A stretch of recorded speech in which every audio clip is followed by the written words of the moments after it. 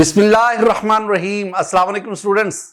I am Wajid Ali Kambo, your chemistry teacher. Student, I welcome you in our topical test session for MDCAT. This test session is not only used for MDCAT aspirants, but it is also very valuable for all types of entrance tests. ये topical test session है. Topical, हम हर topic को हर लिहाज से, हर angle से, conceptually, data wise, grammatically, हर लिहाज से हम उसको इसमें परखते हैं और उससे रेलेवेंट जो भी एमसीक्यूज आते हैं हम उनको एमसीक्यू सिर्फ ऑप्शन में करेक्ट ऑप्शन नहीं बताता, मैं बाकी चीजें भी आपके साथ डिस्कस कर रहा होता हूं कि इस जैसे एमसीक्यू जब भी आए आप उसको आसानी से एड्रेस कर सकें. आज हमारा यूनिट 6 और उसका लेक्चर 2 है. आज के लेक्चर में हम KA, KB, KW, PKA, PKB, buffer solution, common ion effect, Henderson equation, solubility product, इन तमाम टॉपिक से रेलेवेंट जो भी एमसीक्यू अब तक एंट्रेंस में आ चुके हैं हम उनको भी और जो आ सकते हैं हम उनको भी डिस्कस करेंगे. तो हम आगाज करते हैं. The ionic product of water will increase if option A, option B, option C, option D. मैं पहले आपको बार समझाऊंगा फिर मैं ऑप्शंस की तरफ आऊंगा. स्टूडेंट, मेरे पास जो टॉपिक है, जो क्वेश्चन आया वो है आयनिक प्रोडक्ट ऑफ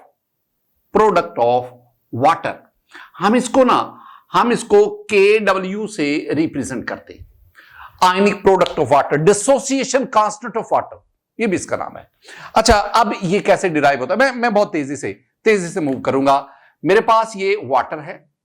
जब वाटर आयोनाइज होता है it gives us hydrogen ion and OH negative ion. हम क्या करते हैं, हम इसकी Kc एक्सप्रेशन लेते हैं. तो इसमें कंसंट्रेशन ऑफ हाइड्रोजन आयन और concentration of hydroxide ion over concentration of water, ये आ गया. और इसकी वैल्यू मैं वो लिख देता हूं 1.8 क्रॉस 10⁻⁻16. यूनिट खुद मैनेज कर लेना. अच्छा, अब जरा सुनना बात. अब ये जो मैं एक्सप्रेशन लिखता हूं Kc एक्सप्रेशन, ये तब लिखता हूं जब रिएक्शन जो है वो इक्विलिब्रियम स्टेट पे होता है. ये बड़ी अहम बात है. और अब अगर आप इसके कंसंट्रेशन वाटर को Kc की तरफ ले जाएं तो आपके पास ये बन जाता है KW, जिसे मैं डिसोसिएशन कांस्टेंट कहता हूं. और ये आपके पास आ गया concentration of hydrogen ion, concentration of hydroxide ion, और ये फिर साफ जरा इसको भी मैनेज करते हैं तो 1.01 क्रॉस 10⁻⁻14 एट 25 डिग्री सेंटीग्रेड. ये एक वैल्यू, ये कैलकुलेशन आप लोगों को आती है. अब जरा बात को सुनना, बहुत पते की बात है. हम कहते हैं कि ये जो KW है KW, it is directly proportional to temperature. Directly खैर से इस तरह तो नहीं है कि इधर आप टेम्परेचर ले, इधर आप KW ले, तो इस तरह तो वैल्यू नहीं आती. लेकिन यह है कि आपके पास अगर ग्राफ प्लॉट करें तो यूं वैल्यू आती है. बहरहाल टेम्परेचर बढ़ने से KW की वैल्यू बढ़ती है. तो KW it depends upon temperature. ये तो आपका आंसर आ गया. अब लेकिन आगे हम बढ़ते हैं. क्या हम कंसंट्रेशन ऑफ हाइड्रोजन आयन और हाइड्रोक्साइड आयन बढ़ाने से क्या KW की वैल्यू बढ़ेगी? नहीं. आंसर है नो. वो क्यों जी? वो इसलिए कि आपने इस इक्वेशन को देखा, इस इक्वेशन से मैंने ये सारा रिलेशन डिराइव किया है. जब आप ली शैटल प्रिंसिपल उस पे जाएंगे तो ली शैटल प्रिंसिपल हमें क्या बताता है कि अगर आप प्रोडक्ट की कंसंट्रेशन बढ़ाएंगे Kc पर कोई फर्क नहीं पड़ेगा. हमने पढ़ा है ना कि ये जो change in concentration, change in pressure and volume does not affect the Kc, it only disturb the equilibrium state. तो इसका मतलब है कि हाइड्रोजन आयन या हाइड्रोक्साइड आयन, इनको ऐड करने से Kc यानी KW पर कोई फर्क नहीं पड़ेगा. तो KW ये सिर्फ और सिर्फ किस पे डिपेंड करता है? टेम्परेचर पर. यही बात हम उधर भी पढ़ते हैं. हम क्या कहते हैं कि Kc ओनली अफेक्ट या only depends on the temperature. तो यहां KW भी टेम्परेचर पे डिपेंड करता है. Student, so for this question your option is Charlie. Temperature is increased. Which of the following can act both as a Bronsted acid and Bronsted base. अब जरा lorry Brønsted उसकी तरफ आ जाए. Lorry Brønsted हमें ना एक कॉन्सेप्ट देता है, मैं ब्रॉन्स्टेड ही लिखता हूं, ब्रॉन्स्टेड। अब ब्रॉन्स्टेड एसिड क्या होता है, ब्रॉन्स्टेड बेस क्या होता है, ये दो चीजें। स्टूडेंट, ब्रॉन्स्टेड एसिड होता है जो प्रोटॉन दे, वो स्पीशीज जो प्रोटॉन डोनर हो, donor, that is called Brønsted acid.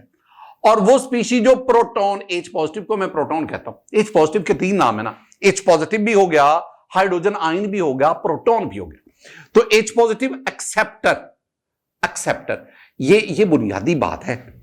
आपको Arrhenius concept for acid base, Lowry Bronsted concept, Lewis concept, कम से कम ये 3 कॉन्सेप्ट तो आने चाहिए ना।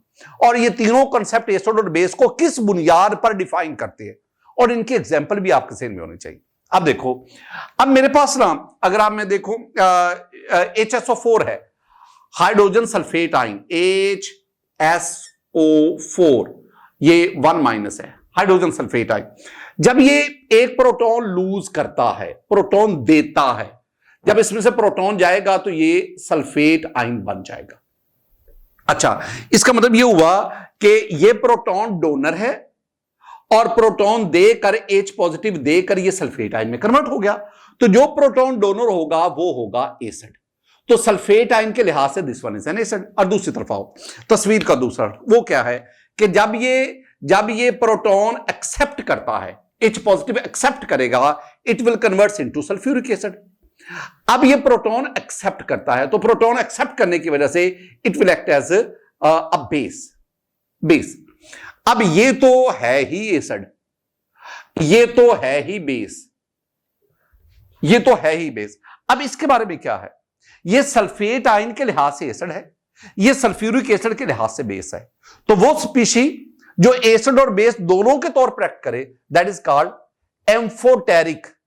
Amphoteric species. तो ये आपके पास जो है ना, ये एम्फो कहते हैं दो को, टू एम्फोटेरिक स्पीशी आपके पास आ गई। सो for this question your answer is beta hydrogen sulphate ion. The decrease in solubility of a salt in a solution that already contains an ion common to that salt is known as, ये बहुत आसान सा है। This one actually the definition of common ion effect। तो common ion effect में क्या होता है कि weak electrolyte के solution में जब आप strong electrolyte को ऐड करते हैं तो वो उसकी weak electrolyte की ionization suppress हो जाती है, और यही स्टेटमेंट कह रही है। So for this question your correct option is Charlie, common ion effect। If NaOH is added to a solution of acetic acid, then, अब जरा सुनना बात को, मेरे पास एसिटिक एसिड का सॉल्यूशन है CH3COOH। एसिटिक एसिड के बारे में एक बात आपने, अच्छा, जब ये आयोनाइज होगा तो it gives us acetate ion plus hydrogen ion. एक तो ये एसीटेट आयन और प्लस हाइड्रोजन आयन। अच्छा सुनना, एसिटिक एसिड के बारे में एक बार पल्ले बांध लो कि ये जो एसिटिक एसिड है ना, ये एक वीक एसिड है। I will say this is a weak electrolyte. ये बहुत कम आयोनाइज होता है, बहुत कम, यानी 1000 में से अगर 1000 इसके मॉलिक्यूल लेंगे 2-3 आयोनाइज होंगे, लाख में से 10-12 आयोनाइज होंगे, बहुत ज्यादा नहीं होता, वीक इलेक्ट्रोलाइट। अब ये थोड़ा बहुत चलो आयोनाइज हो गया, आपके पास इक्विलिब्रियम एस्टैब्लिश हो गया। अब आप इस एक्वस सॉल्यूशन में जिसमें एसिटिक एसिड आयोनाइज हो चुका है, आप इसमें सोडियम हाइड्रोक्साइड ऐड करते हैं। ये आपने इसमें ऐड किया NaOH। स्टूडेंट, ये जो NaOH है ना, it will ionise to give us sodium ion and hydroxide ion. अब ये जो NaOH है ना, this one is strong electrolyte, ये एक स्ट्रॉन्ग इलेक्ट्रोलाइट है। अब आपने काम क्या किया, एक कॉमन आयन इफेक्ट वो ज़हन में बिठाना। आपने वीक जो है ना, वीक इलेक्ट्रोलाइट के सॉल्यूशन में एक स्ट्रॉन्ग इलेक्ट्रोलाइट जो है ना, उसको आपने ऐड किया। अब यहां पे कॉमन आयन दूर दूर तक कहीं नजर नहीं आ रहा, क्योंकि acetate ion, sodium ion, hydrogen ion, hydroxide ion, कोई भी कॉमन आयन मौजूद नहीं, या कॉमन आयन इफेक्ट नहीं लगेगा। लेकिन और कई चीजों तो आएंगी ना। ली शटलियर प्रिंसिपल तो यहां बोल बोल के कह रहा है कि मुझे अप्लाई करो, और वो कैसे, देखो, जैसे जैसे सोडियम हाइड्रोक्साइड ये आयोनाइज होता जाएगा, हाइड्रोक्साइड आयन देगा, हाइड्रोक्साइड आयन सोडियम आयन के साथ मिलेगा and it will produce the water. अब जब वाटर बनेगा ना तो ऊपर वाले रिएक्शन को देखो, ऊपर वाला रिएक्शन कह रहा है कि जब वाटर बनेगा तो हाइड्रोजन आयन की कंसंट्रेशन कम होगी, प्रोडक्ट की कंसंट्रेशन कम होगी, तो रिएक्शन किधर जाएगा? फॉरवर्ड। फॉरवर्ड जाने का मतलब क्या है कि एसिटिक एसिड आयोनाइज होकर ज्यादा से ज्यादा मजीद एसीटेट आयन बनाता जाता है और यूं सॉल्यूशन में एसीटेट आयन की कंसंट्रेशन बढ़ती जाती है। अब अगर आप इस क्वेश्चन को देखेंगे तो इसका जो करेक्ट ऑप्शन है वो बहुत simple, very clear, that is Charlie acetate ion concentration increases. Which aqueous solution has highest pH? आपके पास 4 एक्वस सॉल्यूशन है, जरा नेचर देखना सॉल्यूशन। पहला जो है 0.1 molar NaOH sodium hydroxide, that is a base. दूसरा आपके पास 0.1 molar sulphuric acid, that is an acid. आपके पास 40 पे 0.1 molar acid, that is also an acid. And on delta you have 0.2 molar nitric acid. इसका मतलब है B C D these are acids और जो ए है दैट इज अ बेस। अब वो कैसे बताएं किसकी पीएच हाईएस्ट होगी? आप जानते हैं ना, एसिड की पीएच लेस देन 7 होती है, बेसिस की पीएच मोर देन 7 होती है। तो इन चारों में हाईएस्ट पीएच किसकी होगी? जो ज्यादा स्ट्रॉन्ग बेस होगा। सो for this question your answer is A, 0.1 molar NaOH। The pH of 10⁻⁻⁴ mole per dm cube of barium hydroxide is। हमें ना ऑप्शन से कोई गर्ज नहीं, ऐसे क्वेश्चन आते हैं स्टूडेंट। मैं इसको ना शॉर्ट फॉर्म में करने की कोशिश करूंगा कि मेरे पास बेरियम हाइड्रोक्साइड है, BaOH टेकन ट्वाइस, ये आयोनाइज हुआ, it gives us barium ion and 2 hydroxide ion. पहले तो ना इस इक्वेशन को लिखने का सलीका सीखो। अब वो कह रहे हैं कि आपके पास ये जो बेरियम हाइड्रोक्साइड है ये 10⁻⁻⁴ मोल पर डीएम क्यूब है। अगर ये 10⁻⁻⁴ होगा तो ये आपके पास कितना बनेगा? ये बनेगा 2 क्रॉस 10⁻⁻⁴ मोल पर डीएम क्यूब। ठीक है। अब अगली बात, आपने मालूम क्या करना है? आपने मालूम करना है पीएच। अब यहां पे ना बड़ा एक सीखने समझने वाली बात है। आपने कैलकुलेट क्या करनी? पीएच। लेकिन ये तो बेस है, बेस तो OH नेगेटिव दे रहा है और जब मेरे पास OH नेगेटिव की कंसंट्रेशन होगी तो फिर मैं पीएच मालूम नहीं कर सकता। फिर मैं क्या करूंगा? मैं पीओएच लूंगा। ले ले, आपको पता तो है ना कि pH plus POH that is equal to 14 at 25 degree. मैं ये बहुत लिखता हूं 25 डिग्री सेंटीग्रेड। इसका मतलब है कि अगर आपको पीएच पता चल जाए तो अगर आप पीओएच पता चल जाए तो पीएच फाइंड आउट करनी है ना, तो आप 14 में से पीओएच को माइनस कर दे। तो इसका मतलब है पहला मैं क्या काम करूंगा? मैं ना हाइड्रोक्साइड आयन को जो गिवन कंसंट्रेशन है इसको बुनियाद बनाकर मैं पीओएच को फाइंड आउट करूंगा। देखें पीओएच मेरे पास क्या आ गया?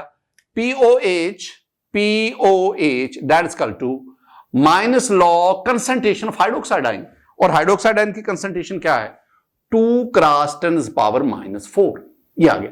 अब आप ना ये माइनस को साइड पर रखे, log 2 माइनस लॉग, मैं इसको ना टाइम कम है, माइनस log 10। आप कहेंगे सर ये कैसे किया? देखो ना log 2 तो आ गया, अब ये log इसके साथ भी है तो ये log 10⁻⁻⁴ होगा। जो -4 होगा वो शुरू में आ गया और ये log 10 आ गया आपके पास। अब आपको पता है ये log 10 हो गया 1, तो ये -4 इधर रह गया, और log 2 ये जानना पड़ेगा। ये स्टूडेंट log 2 ये तो थोड़ा सा ना 0.3 होता है, तो अब आप क्या करेंगे? ये आपके पास आ गया -0.3 4 में से 0.3 को निकाल दें। जब आप 4 में से 0.3 निकालेंगे तो आपके पास ये 2.7 आ जाएगा, यानी ये 4.3 इसमें से माइनस करो, ये आपके पास 10 में से 3 7, और ये आपके पास 3 और 3.7 आ गया आपके पास। तो ये माइनस में आएगा, ये माइनस और ये बाहर माइनस, ये हो गया जी प्लस 3.7। स्टूडेंट ये आपके पास आ गया पीओएच। हमने क्या लेना? हमने लेना है पीएच। तो मैंने आपसे क्या कहा कि पीएच क्या होगा? पीएच होगा 14 माइनस पीओएच। तो 14 माइनस पीओएच कितना आ गया? 3.7। तो आपने 14 में से 3.7 को माइनस करना है। 14 और ये माइनस आ गया जी 3.7, तो आपके पास ये 10 और 10 में से 7 3, और इधर आपके पास 13 में से 3 गया तो कितना बना? 10। तो आपके पास आंसर क्या बना? 10.3। अगर आप इन तमाम ऑप्शंस को देखेंगे, so for this question your option is D 10.3। Which of the following statement is not true? इसमें इनकरेक्ट स्टेटमेंट कौन सी? पहला लिखा हुआ है pH plus pH that is equal to 14 for all aqua solution. मैं छोटी छोटी सी बात बताता चलो, ये बात आपने ज़हन में रखनी है। ये जो हम कहते हैं ना pH plus POH that is equal to 14 at 25 degree centigrade. 25 अगर टेम्परेचर 25 से इंक्रीज करेगा 30, 40, 50 तो इन दोनों का सम 14 से कम आएगा, और अगर 25 से टेम्परेचर कम आएगा 20, 15, 10 तो फिर इन दोनों का सम 14 से बढ़ेगा। ये जो हम 14 कहते हैं ना, इसके लिए कंडीशन है the temperature should be 25 degree. ये रूम टेम्परेचर वाली बात है। एक तो ये पॉइंट है, ये बिल्कुल ठीक है। दूसरी बात वो कह रहा है स्टूडेंट दोबारा ये देखें, बीटा पे वो कह रहा है कि pH of 110⁸ molar, HCl is 8। ओ ये तो ज्यादती है।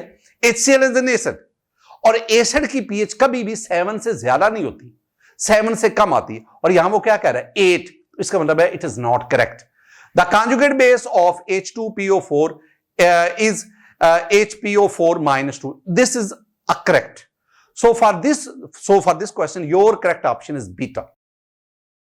The number of hydrogen ion present in 1 centimeter cube of a solution whose pH is 10 is. जरा कैलकुलेशन समझना।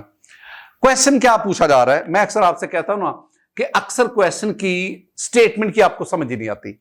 वो कह रहा है आपने हमें ना नंबर ऑफ हाइड्रोजन आयंस बताने हैं, नंबर ऑफ हाइड्रोजन आयंस ये कैलकुलेट करने, और पीएच कितनी वो बता रहा है, पीएच वो बता रहा है 10।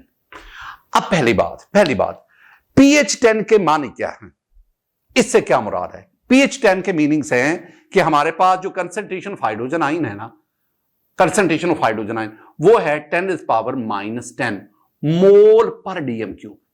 ये है। अच्छा एक तो ये मैंने जो बताया ना, ये क्या है, ये pH that is equal to 10 के मीनिंग्स हैं। आप कहेंगे सर ये मीनिंग से क्या मुराद? मैं आपसे कहता हूं कि ये आपके पास कंसंट्रेशन ऑफ हाइड्रोजन आयन 10⁻⁻10 मोल पर डीएम क्यूब है। आप इसकी पीएच कैलकुलेट करें तो आप कहेंगे सर वेरी सिंपल, इधर माइनस लॉग लेंगे, इधर भी माइनस लॉग लेंगे। तो जब आप इधर माइनस लॉग हाइड्रोजन आयन लेंगे, कंसंट्रेशन ऑफ हाइड्रोजन, वो पीएच कहलाएगा। और अगर आप 10⁻⁻10 का माइनस लॉग लेंगे that will be equal to 10। अच्छा अब अगला नुकता बड़ा इंपॉर्टेंट, और वो क्या है कि मैंने ना इस डीएम क्यूब को सेंटीमीटर क्यूब में कन्वर्ट करना। वो क्यों जी? मुझे कहा गया है कि आपने 1 सेंटीमीटर क्यूब जो है ना सॉल्यूशन, उसमें आपने हाइड्रोजन आयन की तादाद मालूम करनी। 1 सेंटीमीटर क्यूब सॉल्यूशन, इसका मतलब है यहां पे सॉल्यूशन मोल पर डीएम क्यूब में नहीं आना चाहिए, इट शुड बी इन मोल पर सेंटीमीटर क्यूब। अच्छा एक और भी बात याद रखनी है कि जब हम आयंस का जिक्र करते हैं ना, आयंस का, तो फिर हम मोल को लेते हैं ग्राम आयन, ये भी ज़हन में रखना है, ग्राम आयन को हम मोल कहते हैं। अच्छा अब मैंने ना डीएम क्यूब को किस में कन्वर्ट करना है? सेंटीमीटर क्यूब में। ये लिखा हुआ है मोल पर डीएम क्यूब। अगर आप डीएम क्यूब को सेंटीमीटर क्यूब में कन्वर्ट करना चाहते हो तो इसको 1000 से मल्टीप्लाई करें। ये 1000 नीचे है, 10⁻³ हो गया ना, ऊपर जाएगा तो 10⁻³ हो जाएगा, और वो 10⁻³ से मल्टीप्लाई करेगा तो 10⁻13 हो गया। 10⁻13 मोल को मैं क्या कहूंगा? ग्राम आयंस, और पर सेंटीमीटर क्यूब। ये आपके पास स्टूडेंट, ये आपके पास हाइड्रोजन आयन की कंसंट्रेशन आ गई। अब एक और पॉइंट है, और वो क्या? ये जो ग्राम आयन, इसको मैंने मोल की जगह पे अकोमोडेट किया है। अब मुझे यहां मोल तो नहीं चाहिए ना, मुझे तो सिर्फ हाइड्रोजन आयन की कंसंट्रेशन चाहिए। मैं मोल नहीं ले, तो अगर आप मोल को सब्स्टिट्यूट करें, जहां भी लफ्ज मोल आए उसकी जगह पे लिख दो 6.022 क्रॉस 10⁻23। तो जहां पे मोल है, जहां पे ये ग्राम आयन है, उसकी जगह पे मैं ये लिखूंगा, तो मेरे पास ये क्या बन जाएगा? ये बन जाएगा 6.022 क्रॉस 10⁻23 मल्टीप्लाई 10⁻13 हाइड्रोजन आयंस। ये बन गया। अब आप इसको ना मॉडिफाई कर लो, तो आपके पास करेक्ट ऑप्शन क्या आएगा? ये 23 से 13 को माइनस करो, 10 आ जाएगा। तो 6.022 cross 10⁻10 number of hydrogen ion. ये थोड़े से ऐसे ट्रिकी क्वेश्चन एग्जाम में जरूर आते हैं। सो for this question your answer is beta 6.02 10⁻10। The pH of a 10⁻⁹ molar solution of HCl in water is. बहुत खूबसूरत क्वेश्चन, बहुत ही खूबसूरत क्वेश्चन, और इसका आंसर देना मुश्किल है। अगर आप आम आंसर लेंगे ना तो आप इसका आंसर 7 से ऊपर ले जाएंगे, आप इसका आंसर जो है वो pH 9 बता देंगे। ऐसा नहीं है। जरा मैं दोबारा कहूंगा, मैं आपसे क्या कहता हूं कि जब तक आपको स्टेटमेंट की समझ नहीं आती आप एक कदम भी आगे नहीं बढ़ सकते। जरा देखना मैं शॉर्टकट कैसे लेता हूं। स्टूडेंट मेरे पास एक बीकर है, ये बीकर है, इस बीकर में मेरे पास वाटर है, ये मेरे पास वाटर आ गया H2O। अब आपको पता है ना वाटर आयोनाइज होता है तो it will give us hydrogen ion and hydro oxide ion. ठीक है, मैं पीएच के चक्कर में हूं। पीएच क्या होता है? पीएच होता है minus log concentration of hydrogen ion. मैं सॉल्यूशन में जिसमें 10⁻⁹ मोलर HCl है और उसमें वाटर भी है, मैं इसमें हाइड्रोजन आयन की टोटल कंसंट्रेशन लेना चाहता हूं। दो चीजें आ गई, वाटर भी है इसमें, वाटर कुछ हमें हाइड्रोजन आयन देगा, और इसमें HCl भी हमने ऐड किया है। और आपको पता है ना जब HCl आयोनाइज होता है, HCl ये आयोनाइज होगा, it will give us hydrogen ion and chloride ion. तो इसका मतलब है ये जो कंसंट्रेशन ऑफ हाइड्रोजन आयन है ये दो सोर्सेज से आ रही है, एक वाटर की तरफ से और दूसरा HCl की तरफ से। अब मैंने देखना है कि वाटर हमें इसमें कितने हाइड्रोजन आयन देता है। वेरी सिंपल, आप वाटर के बारे में आपको वैसे ही बताया 10⁻⁷ मोल पर dm³, और ये कितने दे रहा है? ये तो ऊपर लिखा हुआ है 10⁻⁹ मोल पर dm³। इसका मतलब हुआ मैंने इसको और इसको दोनों को ऐड कर लेना है। जब मैं ऐड करूंगा तो मेरे पास इस सॉल्यूशन में टोटल हाइड्रोजन आयन कंसंट्रेशन आ जाएगी। अब ऐड करना एक फन है, और वो कैसे? वो फन इस तरह है कि आप ना ये 10⁻⁷ ले लो और इसमें मैंने 10⁻⁹ को ऐड करना है। ये जो 10⁻⁹ है ना स्टूडेंट, 10⁻�, मैं इसको यूं लिख सकता हूं अगर आप इजाजत दें तो 0.01 क्रॉस 10⁻⁷। हाँ तो यही लिखा है ना, इसको मैंने ये लिख दिया है। ये देखो ना 0.01 का मतलब क्या होता है? 10⁻⁻²। तो -2 -7 क्या होगा? -9। तो मैं इसको क्या लिखूंगा? ये इतना मैं लिख रहा हूं 10⁻⁹ को। अब मैं ये लिखूंगा क्या बोला? 0.01 क्रॉस 10⁻⁷। एक और भी बात, इसको भी थोड़ा सा और क्लियर कर लो। मैं अक्सर एक लफ्ज बोलता हूं बीना और ना बीना। जो बीना लोग हैं, जो नजर आंखें रखते हैं, उनको पता है कि यहां पे 1 लिखा हुआ है। तो अब इन दोनों वैल्यूज को आपने ऐड करना है। ये 10⁻⁷, ये 10⁻⁷, ये तो ऐसा आ जाएगा 10⁻⁷, और साथ आपके पास 1 और 0.1 इसको ऐड कर लें तो ये 1 गया। तो इसका मतलब है अब आपके पास pH that is equal to minus log, और ये आपके पास 1.01 क्रॉस 10⁻⁷ आ गया। इट्स ओके, यहां तक आ गया। अब ये माइनस को साइड पर रखो, माइनस लॉग 1.01 प्लस, मैं प्लस को ना मैं फिर शॉर्ट मारूंगा, ये मैं लिखूंगा माइनस लॉग -7 लॉग 10 आ जाएगा। स्टूडेंट आपको ना ये लॉग 1.01 आना चाहिए। ओके, कैलकुलेशन कर लो। तो मैं रफ सा लिखूंगा, मैं रफ सा लिखूंगा माइनस, ये ना 0.0034 के मैं रफ सा लिख रहा हूं, इसके प्लस माइनस में होगा और -7 होगा। अब 7 में से इसको आप माइनस करें, ये 0.0043। अच्छा, अब 7 में से इसको माइनस कर दें। जब माइनस करेंगे तो वैल्यू 6 से थोड़ी सी नीचे आएगी, और ये माइनस क्या होगा? प्लस। यानी आपके पास जो वैल्यू आएगी ना वो प्लस बिटवीन 6 to 7, और यही आपसे वो पूछा गया। देखो ना, इतनी लंबी तमहीद, इतनी लंबी एक्सप्लेनेशन, लेकिन इसके अंदर इल्म तो छुपा है ना, नई नई बातें तो आपको पता चली। Student, for this question your answer is delta between 6 and 7. What will be the pH of a solution of NaOH with a concentration of 10⁻³ molar?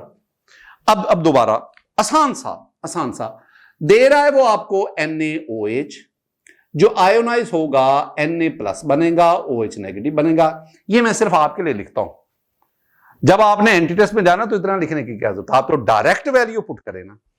अब वो पूछ क्या रहा है, वो पूछ रहा है पीएच। हमारे साथ मजाक है ना, ये बेस है, बेस से डायरेक्ट पीएच नहीं आती, पहले आपने पीओएच को फाइंड आउट करना है। और पीओएच क्या होता है स्टूडेंट्स, पीओएच होता है pOH that is equal to minus log concentration of hydroxide ion, और हाइड्रोक्साइड आयन दी हुई है कंसंट्रेशन, और वो क्या है 10⁻⁻3, तो ये आ गया जी 10⁻⁻3। स्टूडेंट्स ये -3 शुरू में आ गया, माइनस और माइनस प्लस, log 10 1 हो गया, तो इस तरह आपके पास POH that is equal to 3। हमें क्या चाहिए, हमें चाहिए pH, तो 14 में से 3 को माइनस कर दो तो आपके पास कितना आ जाएगा 11। तो इसका मतलब है मैं ये डायरेक्ट बोल गया, तो आपके पास pH इसके लिए क्या आ गया 11 आ गया। Student for this question your correct option is beta 11। The pH of human blood is constant at about 7.40. Which ion or molecule present in human body will remove contaminating hydrogen ion from the blood to keep the pH constant? अब जरा सुनना question क्या पूछा गया है। Human blood student ना, human blood इसकी pH ये कह रहा है 7.40। अगर मैं मोर एक्यूरेटली बात करूं तो 7.35 होती है पीएच। स्लाइटली बेसिक पीएच 7 से ज्यादा स्लाइटली बेसिक होता है। अब वो कह रहे हैं कि वो कौन सा आयन है चारों ऑप्शन में से जो पीएच को आल्टर करता है, जो हाइड्रोजन आयन कंसंट्रेशन जो पीएच को आल्टर होने से रोकता है। You know human blood is a buffer solution. Buffer acidic या बेसिक चीजें स्मॉल अमाउंट में लेने से हमारे ब्लड की पीएच जो है वो डिस्टर्ब नहीं होती। जब आप एसिडिक चीजें लेते हैं that generate H positive ion. अब कौन सा ऐसा हिस्सा है, कौन सा आयन मॉलिक्यूल है जो H पॉजिटिव आयन को कैप्चर करके पीएच को कांस्टेंट रखता है, यही क्वेश्चन है। अगर आपको मैं ह्यूमन ब्लड इसके अंदर जो एक्टिवली पार्टिसिपेटिंग आयन की बात करूं ना, तो स्टूडेंट इसमें आपके पास है कार्बोनिक एसिड H2CO3, नाम इसका ज़हन में रखना है, दिस इज कार्बोनिक एसिड, और this one is a weak acid, very weak, ये बहुत वीक एसिड है। It ionises to a very small extent, give us the HCO3 1- bicarbonate ion, hydrogen carbonate ion भी या बाइकार्बोनेट आयन और H positive. ये ना ये एक इक्विलिब्रियम एस्टेब्लिश होता है हमारे ब्लड के अंदर। अब जब अगर ब्लड में हाइड्रोजन आयन मजीद ऐड हो, H पॉजिटिव ऐड हो, तो अकॉर्डिंग टू ली शैटल प्रिंसिपल अगर प्रोडक्ट की concentration, this is the product hydrogen ion, अगर हाइड्रोजन आयन मजीद ऐड होगा, प्रोडक्ट की कंसंट्रेशन बढ़ेगी तो रिएक्शन की तरफ चल पड़ेगा रिवर्स। अब वो कौन सी चीज है जिसने हाइड्रोजन आयन को कैप्चर किया? साफ ज़रा पीएच कब चेंज होगी? पीएच तभी चेंज होती है जब हाइड्रोजन आयन ऐड हो रहा होता है या OH नेगेटिव आयन ऐड हो रहा होता है। इसका मतलब है तो हाइड्रोजन आयन ऐड किया, किस स्पीशीज ने हाइड्रोजन आयन को कैप्चर कर लिया? Bicarbonate ion. तो बाइकार्बोनेट आयन यहां पे वो स्पीशी है जो पीएच को कांस्टेंट करती है, और इसी की वजह से बफर जो ये जो हमारा ब्लड है वो एक बफर सॉल्यूशन के तौर पर एक्ट करता है। Student, so for this question your answer is Charlie HCO3- I mean bicarbonate ion. 10 centimeter cube of a 0.01 mole per dm cube solution nitric acid is diluted with 90 centimeter cube of water. What is the pH of the resulting solution? It seems to be very tough question. ये बहुत मुश्किल question है, ये brain storming question है। इसको समझाना भी मुश्किल है, समझना भी मुश्किल है। मैं भी कोशिश करता हूं, आप भी कोशिश करें। कहा क्या जा रहा है? स्टेटमेंट को हमें बार बार पढ़ना पड़ेगा। स्टेटमेंट क्या कह रही है? स्टेटमेंट कह रही है कि आपके पास ना ये एक कंटेनर है, गौर से सुनिए मेरी बात। वो कहते हैं कि इसमें आपके पास नाइट्रिक एसिड है, और बता रहे हैं कि इसमें आपके पास 0.01 मोल पर डीएम क्यूब नाइट्रिक एसिड है। ये लिखा हुआ है, इतना HNO3 नाइट्रिक एसिड है। तभी आपको ना इसको पढ़ने का सलीका आ जाए तो बात ही बन जाए। क्या मतलब इसका? 0.1 मोल पर डीएम क्यूब, इसका मतलब यह है कि ये जो आपके पास पूरे का पूरा सॉल्यूशन है ना, इस सॉल्यूशन का टोटल वॉल्यूम 1 डीएम क्यूब है, 0.01 मोल पर DM cube. 1 dm cube nitric acid में उसके इतने मोल है, यानी इसका सॉल्यूशन का कितना वॉल्यूम आ गया? इस सॉल्यूशन का वॉल्यूम आ गया जी 1 डीएम क्यूब। क्या आपको पता है कि 1 dm cube that is equal to 1000 centimetre cube, और इसमें नाइट्रिक एसिड के मोल कितने हैं? इतने मोल हैं। यानी मैंने कहा कि 1000, इतनी मेरी बात तो जेहन में बिठाओ ना, 1000 centimetre cube of HNO3 contains क्या? 0.01 मोल। अगर आप 1 डीएम क्यूब नाइट्रिक एसिड लेते हैं, यानी 1000 सेंटीमीटर क्यूब नाइट्रिक एसिड, उसमें नाइट्रिक एसिड के कितने मोल है? 0.01 मोल। अच्छा जी, अब हमें वो क्या कह रहा है? वो कह रहा है कि आप स्टेटमेंट में वो कह रहा है कि आपके पास 10 सेंटीमीटर क्यूब है। अब आपने ना इसमें से 10 सेंटीमीटर क्यूब अलग कर लो, ये 10 सेंटीमीटर क्यूब। तो अब मैं बड़ा क्या जानना चाहता हूं? मैं ये जानना चाहता हूं कि अगर इस सारे के अंदर 0.01 मोल नाइट्रिक एसिड है, तो इतना जो 10 सेंटीमीटर क्यूब है इसमें कितना होगा? तो मैं लिखूंगा 10 centimetre cube of nitric acid, इसमें कितने मोल्स होंगे? तो 0.01 डिवाइडेड बाय 1000 मल्टीप्लाई बाय 10। ये अगर आप इसको सॉल्व करोगे, 0 से 0 कैंसिल हो गया, और ये 0.01 है ना, पॉइंट की जगह पे 1 आ गया और 7 0, यानी 100, ये 100 साथ ही आ गया, तो ये आपके पास 10 -4 मोल होंगे। इतनी तो मेरी बात सुनो ना, इतनी तो मेरी बात सुनो। ये मैंने आपको क्या समझाया? पहले मैंने आपको स्टेटमेंट के मुताबिक बताया कि अगर आपके पास 0.01 मोल पर डीएम क्यूब नाइट्रिक एसिड है, तो उसका मतलब क्या है? इसका मतलब है कि हमारे पास 1 डीएम क्यूब यानी 1000 सेंटीमीटर नाइट्रिक एसिड है, और उसमें इतने मोल नाइट्रिक एसिड है, वो मैंने लिख दिया। और अगर इसमें से मैं 10 सेंटीमीटर क्यूब सेपरेट कर लूं, तो उसमें से नाइट्रिक एसिड कितने मोल होगा? तो हमने कहा उसमें इतना नाइट्रिक एसिड होगा। अब मुझे क्या चाहिए? मुझे कंसंट्रेशन चाहिए। मुझे चाहिए कंसंट्रेशन ऑफ हाइड्रोजन आयन। क्यों जी? क्यों आपको कंसंट्रेशन ऑफ हाइड्रोजन? मैं पीएच निकालना चाहता हूं। पीएच के लिए मुझे कंसंट्रेशन ऑफ हाइड्रोजन आयन चाहिए।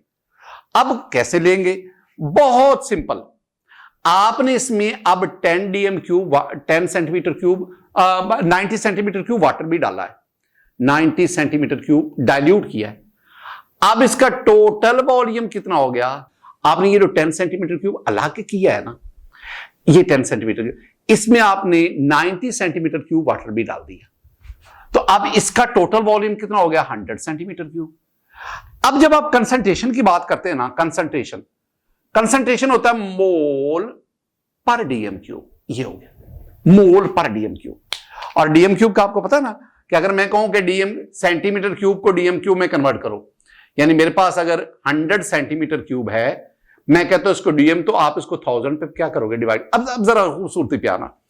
मैं क्या जानना चाहता हूं? मैं जानना चाहता हूं कि ये जो मेरे पास सोल्यूशन बनाना, इसमें हाइड्रोजन आयन कितने हैं, उसकी कंसंट्रेशन कितनी है। ये सोल्यूशन जो है, इसमें नाइट्रिक एसिड के मोल पर डीएम क्यूब, इसमें नाइट्रिक एसिड के मोल कितने? तो आंसर है 10⁻⁴ अच्छा, ये डीएम क्यूब कितना है? डीएम क्यूब तो नहीं पता, ये 100 सेंटीमीटर क्यूब है, तो I want to convert 100 centimetre cube into dm cube. तो आप क्या करोगे? 100 डिवाइडेड बाय 1000।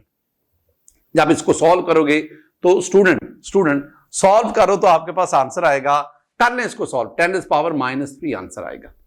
अब आपके पास P minus log concentration of hydrogen ion, और वो कितना है? 10⁻³ ये -3 शुरू में आएगा, 3 हो गया, और यूं आपके पास पीएच इसकी कितनी आ गई? 3 आ गई।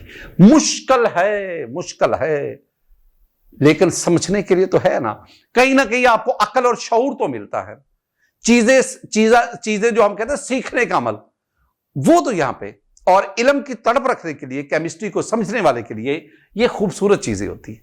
Student, for this question your answer is β3। At infinite dilution, the percentage ionization for both strong and weak electrolyte is very simple. जब आप infinite dilution करते हैं, जब आप बहुत ज्यादा डाइल्यूट वाटर ऐड करके बहुत ज्यादा, तो जो स्ट्रॉन्ग हो या वीक इलेक्ट्रोलाइट हो, दोनों 100% आयोनाइज हो जाते हैं। So for this question, your answer is very simple, 100%. The pKa of acid A is greater than pKa for acid B. The strong acid is. सुनना, आपके पास ना दो एसिड्स हैं, एक है एसिड ए, फर्ज करता हूं इसकी pKa है 4, और एक है मेरे पास एसिड बी, इसकी pKa 2। ये मैं इनकी क्या ले रहा हूं, pKa। तो कहता है बताएं कि दोनों में से स्ट्रॉन्ग एसिड कौन सा होगा। वेरी सिंपल, कोई मुश्किल है नहीं। मैं दो बातें बताऊंगा, मिक्स नहीं करनी, खुदारा मिक्स ना करें। एक है Ka directly proportional to acidic strength, और दूसरी बात pKa inversely proportional to acidic strength. ये दो चीजें मिक्स नहीं करनी। इसका मतलब है जिसकी pKa कम होगी उसकी एसिडिक स्ट्रेंथ ज्यादा होगी। तो दोनों में से फिर स्ट्रॉन्ग एसिड कौन सा हुआ, दोनों में से स्ट्रॉन्ग एसिड हो गया एसिड बी। हां, अगर Ka के लिहाज से पूछा जाए तो जिसकी Ka जितनी ज्यादा होती है उतनी उसकी एसिडिक स्ट्रेंथ भी ज्यादा है। इन दोनों का आपस में क्या रिलेशन है, ये तो बहुत सिंपल सा रिलेशन है कि अगर आप माइनस लॉग Ka लेते हैं तो वो आपके पास क्या आता है, pKa आता है। और ये भी याद रखना कि Ka is inversely proportional to pKa। ये चीजें भी आपके ज़हन में आनी चाहिए। ये तमाम वो रिलेशन हैं जो आपके फिंगर टिप्स पे होने चाहिए। So for this question your answer is A, acid B. The pKb value for aqueous ammonia 25 degree centigrade is 4.8। ये pKb है अमोनिया के लिए। What is the correct pKa value for the ammonium ion at this temperature. अब जरा सुनना, दो चीजें आ गई स्टूडेंट, आपके पास ना एक है अमोनिया, ये नेक्स्ट क्वेश्चन, अमोनिया NH3 जब ये प्रोटॉन एक्सेप्ट करता है it converts into ammonium ion NH4+, ये आपके पास है। तो चूंकि ये प्रोटॉन एक्सेप्ट करता है so this one is a base, ये प्रोटॉन डोनर है so this one is an acid. तो ये आपके पास एसिड आ गया, ये आपके पास एसिड है और ये आपके पास बेस है। अच्छा, एक बहुत खूबसूरत term and that is conjugate. ये एक कांजुगेट, दो पेयर अज़दवाज, मियां बीवी को कहते हैं अज़दवाज, कांजुगेट पेयर। तो ये अमोनियम आयन और अमोनिया ये एक दूसरे के कांजुगेट एसिड बेस पेयर है। अच्छा, क्या डिफरेंस क्या होता है, दो कांजुगेट एसिड बेस में डिफरेंस ये होता है, एक प्रोटॉन देता है, ये प्रोटॉन देगा, इसमें कन्वर्ट हो जाएगा, ये प्रोटॉन एक्सेप्ट करेगा, इसमें कन्वर्ट होगा। अगर दो स्पीशीज के दरमियान प्रोटॉन देना और लेने पे वो एक दूसरे में इंटरचेंज हो जाए तो वो एक दूसरे के कहलाते हैं कांजुगेट एसिड बेस पेयर। अब ना ये एसिड है तो इसके लिए हम ना इसकी स्ट्रेंथ के लिए ना हम pKa की टर्म इस्तेमाल करते हैं, और ये बेस है इसके लिए हम इसकी स्ट्रेंथ के लिए हम pKb की टर्म इस्तेमाल करते हैं।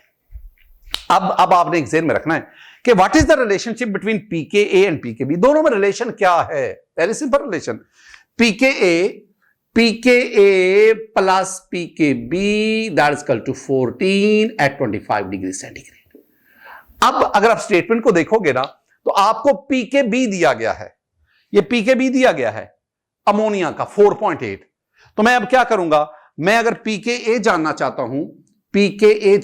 हूं तो मैं 14 माइनस pKb करूंगा, और 14 माइनस pKb है 4.8, तो 14 से 4 माइनस करेंगे तो आपके पास 10 में से 8 निकालेंगे ये 9.2 आ जाएगा। तो आपके पास pKa कितना आ गया, 9.2। सो for this question your correct option is 9.2। Which substance in 1 mole per dm cube aqueous solution would have the same hydrogen ion concentration as 1 mole per dm cube of hydrochloric acid? अब ये चार हैं, जरा सुनना। वो कह रहे जी आप ना हाइड्रोक्लोरिक एसिड HCl, ये नेक्स्ट क्वेश्चन है, HCl आप ये 1 मोल पर डीएम क्यूब लेते। Students this one is a strong acid, ये ऑलमोस्ट आयोनाइज हो जाएगा तकरीबन सारा के सारा, और ये हमें देगा 1 मोल पर डीएम क्यूब। अब वो कहता है कि बताएं कि वो इन चारों ऑप्शन में से वो कौन सा कंपाउंड है जिसका 1 मोल पर डीएम क्यूब उतने ही हाइड्रोजन आयन दे रहा है जितना HCl देता है। मैं बार बार कहता हूं क्वेश्चन की समझ आपको आनी चाहिए।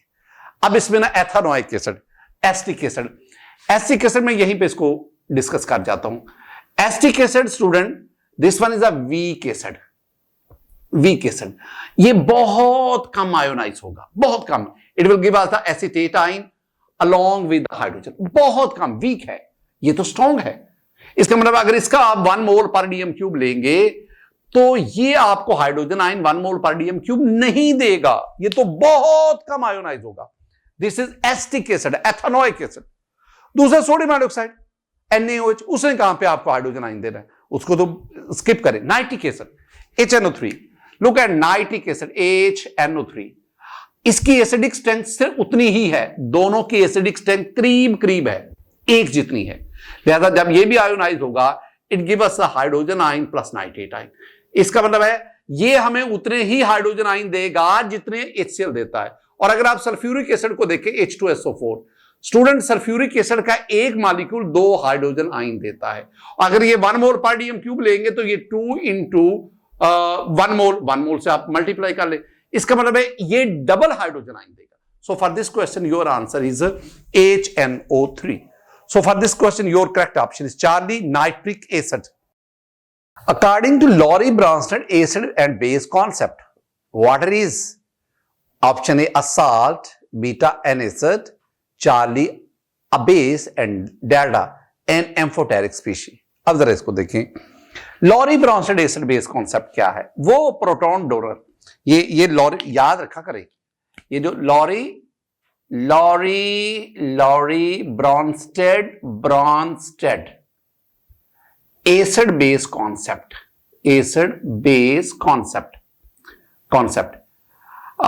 ये किस पे बेस करता है लॉरी ब्रॉन्स? ये ना प्रोटॉन H पॉजिटिव, जिसे मैं कहता हूं प्रोटॉन, जो प्रोटॉन डोनर होते हैं वो एसिड होते हैं, जो प्रोटॉन एक्सेप्टर होते हैं वो बेस है।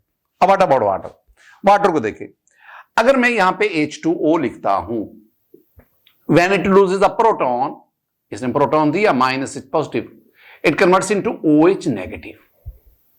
इसका मतलब है कि यहां पे जब वाटर OH नेगेटिव में कन्वर्ट होता है, यहां ये प्रोटॉन डोनर है, और प्रोटॉन डोनर होने के वजह it will act as acid. और दूसरी तरफ आओ, जब मैं वाटर को एक प्रोटॉन देता हूं, ये प्रोटॉन वाटर को मैं देता हूं, तो जब मैं वाटर को प्रोटॉन देता हूं it converts into hydronium ion H3O positive. अब चूंकि ये प्रोटॉन एक्सेप्ट करता है, एक्सेप्ट करने की वजह से now it will act as a base. इसका मतलब है वाटर का बिहेवियर OH नेगेटिव के लिहाज से ये एसिड है, हाइड्रोनियम आयन के लिहाज से ये बेस है। तो वो स्पीशी जो एसिड और बेस दोनों के तौर पर एक्ट करती है, हम उसे कहते हैं दैट इज एम्फोटेरिक स्पीशी। तो ये एक एम्फोटेरिक स्पीशी है हमारे। So for this question student, for this question your answer is delta, an amphoteric species.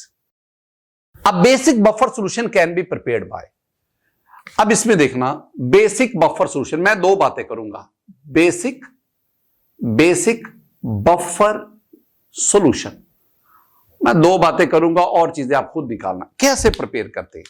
2 बातें प्रिपेयर कैसे करते, 2 चीजों से।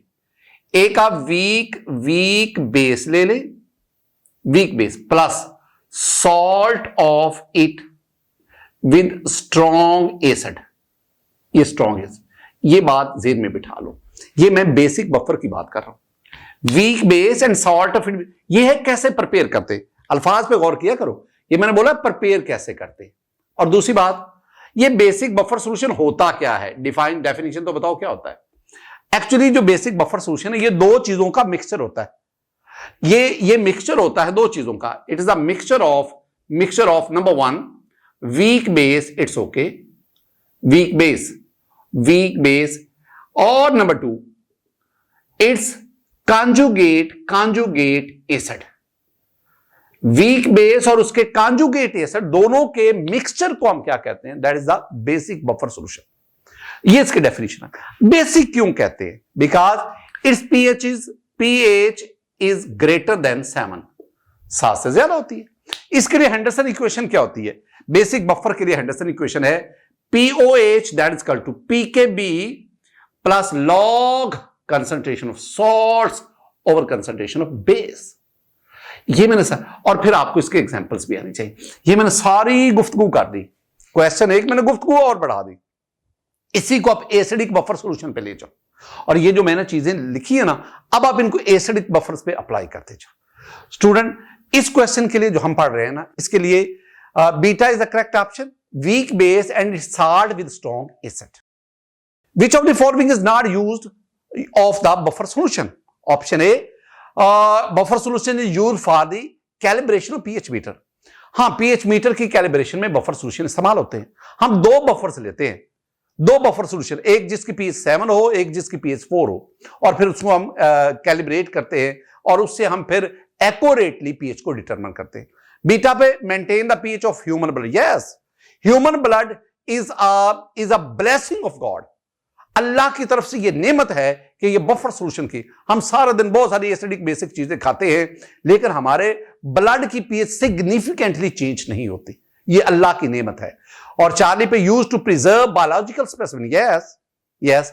और डेल्टा पे है नन ऑफ दीज। तो this is the option, none of these. बाकी तीनों option they are the uses of buffer solution. Which of the following is an example of basic buffer solution? चारों ऑप्शन को देखो। Basic buffer जब भी जेहन में आता है एक छोटी सी चीज, weak base and salt of with strong acid. मैं पहले करेक्ट ऑप्शन की तरफ जाता हूं। The correct option is C, ammonium hydroxide is the weak base and ammonium chloride it this one is the salt. और ये सॉल्ट है इस वीक बेस का एक स्ट्रॉन्ग एसिड HCl के साथ combination. So for this question your answer is Charlie, लेकिन I have to discuss the option also. इसमें अगर आप ए को देखेंगे, here you have carbonic acid, that is a weak acid, and you have sodium bicarbonate.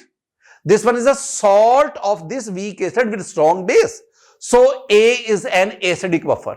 And look at beta. Here we have the acetic acid, that is the weak acid, and we have the sodium acetate. This one is a salt of this weak acid with strong base. I mean sodium hydroxide. This one is also an example of acidic buffer. और delta पे जाएंगे, there we have a strong base NaOH. And salt. So delta is not, that is not a buffer solution. So for this question, your correct option is Charlie.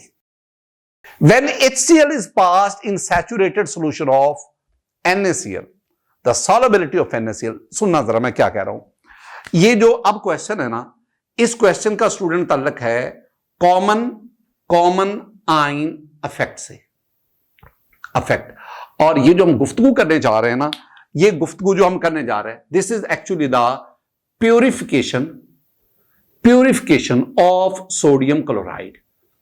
तो sodium chloride की purification जो है वो crystallisation से नहीं होती, filtration से नहीं होती, सब्लिमेशन से नहीं होती, क्रोमेटोग्राफी से नहीं होती, सॉल्वेंट एक्सट्रैक्शन से नहीं होती। तो सोडियम क्लोराइड को हम प्योरीफाई करते हैं by means of common ion effect. मैंने एक और भी बात आपको बता दी, इसको ज़हन में रखना है। अब कैसे प्योरीफाई करते हैं आप सोडियम क्लोराइड का एक्वस सॉल्यूशन लें, ये है NaCl। जब इसको पानी में डालेंगे it will give us sodium ion plus chloride ion. तो आपके पास aqueous solution of sodium chloride ion बना, यानी that is called the brine. ये आपके पास इसमें ब्राइन आ गया, this is brine. What is brine? Brine is the saturated solution of sodium chloride, brine. ये वाली इक्वेशन इसके अंदर है। अब क्या करना है, अब आपने इसमें से ना HCl गैस पास करवानी है, वो पूरी अपरेटस सेटिंग होती है ना, तो मैं तो वैसे लिख रहा हूं। जब आप इसमें से, अब ये याद रखना है, ये एक वीक इलेक्ट्रोलाइट है और इसमें मैं HCl गैस पास करवाऊंगा और HCl with iodide give us the hydrogen ion and chloride. अब ना HCl इसके मुकाबले में स्ट्रॉन्ग इलेक्ट्रोलाइट है, उसके मुकाबले, इसके मुकाबले HCl स्ट्रॉन्ग इलेक्ट्रोलाइट। अच्छा, इसका मतलब क्या बना? अच्छा, NaCl ना वैसे ये एक अच्छा इलेक्ट्रोलाइट होता है, लेकिन इसके मुकाबले में ये स्ट्रॉन्ग नहीं। अब आपने क्या किया कि आपने इसमें से HCl को पास करवाया। जो यहां पे HCl पास करवाएंगे ना, अब क्या होगा, नीचे सोडियम क्लोराइड के प्रेसिपिटेट बनना शुरू हो जाएंगे। मतलब सुनना मैं क्या कहना चाह रहा हूं, अगर ये ऊपर वाला रिएक्शन फॉरवर्ड जाए, फॉरवर्ड सोडियम क्लोराइड पानी में आयोनाइज होता जाएगा, हम कहते हैं उसकी सॉल्युबिलिटी बढ़ रही है। तो in the forward direction the solubility of sodium chloride increases. लेकिन याद रखना, जब ये बैकवर्ड आए, रिवर्स आए, तो sodium chloride, sodium ion and chloride ion will combine and precipitate out in the form of NaCl। तो जब ये रिवर्स आएगा, इसका मतलब है सोडियम क्लोराइड सॉल्यूशन से निकल रहा है, और निकलने का मतलब उसकी सॉल्युबिलिटी कम होती है। अब कब कम होती है? तब कम होती है जब आप HCl ऐड करेंगे। यहां आप कॉमन आयन इफेक्ट उस कॉन्सेप्ट को अप्लाई करें। जब आप सोडियम क्लोराइड के सॉल्यूशन में HCl ऐड करेंगे, it will ionise to large extent. जब ये बहुत ज्यादा आयोनाइज होगा, ये chloride ion is the common ion here due to increase in the concentration of chloride ion. Le Chatelier principle apply करो ना, ये पीछे की तरफ चल पड़ेगा, और पीछे की तरफ जाने का मतलब है इसकी सॉल्युबिलिटी कम होती जाएगी और ये प्रेसिपिटेट बनकर सेटल डाउन होता जाएगा। So for this question, student, the answer is beta decreases. The precipitation occurs if the ionic concentration is. 3 बातें समझाने जा रहा हूं, खुद आ रहा समझना इस बात को, पल्ले बांध लेना, ये आएगी। अब हमारे इस टॉपिक का ताल्लुक है सॉल्युबिलिटी प्रोडक्ट से। सॉल्युबिलिटी प्रोडक्ट, तो सॉल्युबिलिटी प्रोडक्ट जो है ना, उसमें आपने ना 3 बातों को याद रखना है। मैं लिखूंगा कंडीशंस, मैं लिखूंगा सैचुरेशन या स्टेट लिख देता हूं ताकि ना मजीद क्लियर, और मैं प्रेसिपिटेशन लिख देता हूं, PPT। कंडीशन से मेरी मुराद क्या है? अगर KSP that is equal to ionic product, अगर ये दोनों बराबर हो, ये तभी बराबर होते हैं जब आप रिएक्शन को इक्विलिब्रियम स्टेट पे लेते हैं। यानी आपके पास ना, मैं वैसे लिख देता हूं, टाइम लगेगा, देखिए आयनिक प्रोडक्ट के बराबर हो तो ये होता है सैचुरेटेड सॉल्यूशन। मैं टाइम को भी सेव करना होता है, और इसमें नो PPT। दोबारा सुनना, सैचुरेटेड सॉल्यूशन बनता ही तब है जब आयनिक प्रोडक्ट और KSP आपस में बराबर होते हैं। लेकिन अगर आयंस कम हो KSP से तो वो अनसैचुरेटेड होता है। यानी अगर मैं कहूं कि ये KSP ज्यादा, ये पहला केस, अब दूसरा, KSP ज्यादा है और आयनिक प्रोडक्ट जो है वो कम है, आयंस कम बने हैं और आयंस चाहिए, अनसैचुरेटेड है और आयंस दें और इसमें सॉल्ट और ऐड करें, अभी उसमें गुंजाइश है सैचुरेशन की, अनसैचुरेटेड है। अनसैचुरेटेड में कहां प्रेसिपिटेशन बनेगी? No PPT। अब तीसरी कैटेगरी क्या आ गई? ये नंबर 2 था। अब तीसरी कैटेगरी क्या है? तीसरी कैटेगरी खुद ही देख लो। अब अगर KSP कम है और आयनिक प्रोडक्ट ज्यादा है, हमारे पास जो सॉल्यूशन में आयंस बने वो KSP से ज्यादा है, अब क्या होगा? ये सुपर सैचुरेशन, और थोड़ा सा आप टेम्परेचर कम करेंगे, it will precipitate out. Student, ये तीनों बातें आपने ज़हन में बिठानी। अब क्वेश्चन क्या है? क्वेश्चन जरा देखें। द प्रेसिपिटेशन अकर्स, वो सिर्फ एक ही सूरत में हो सकती है। वो कब हो सकती है? अगर KSP कम हो और आयनिक प्रोडक्ट ज्यादा हो। तो beta is your answer. Student, ये था हमारा आज का लेक्चर, जिसमें हमने केमिकल इक्विलिब्रियम चैप्टर उसका सेकंड पार्ट उसको सॉल्व किया। मेरी दुआएं हमेशा आपके साथ होती हैं। अल्लाह ताला की जात आप पर फजल फरमाए, अल्लाह ताला की जात आप पर करम फरमाए, और हमें इसी तरह इल्म की रोशनी को फैलाने के सफर को जारी रखें। अस्सलाम वालेकुम व रहमतुल्लाह।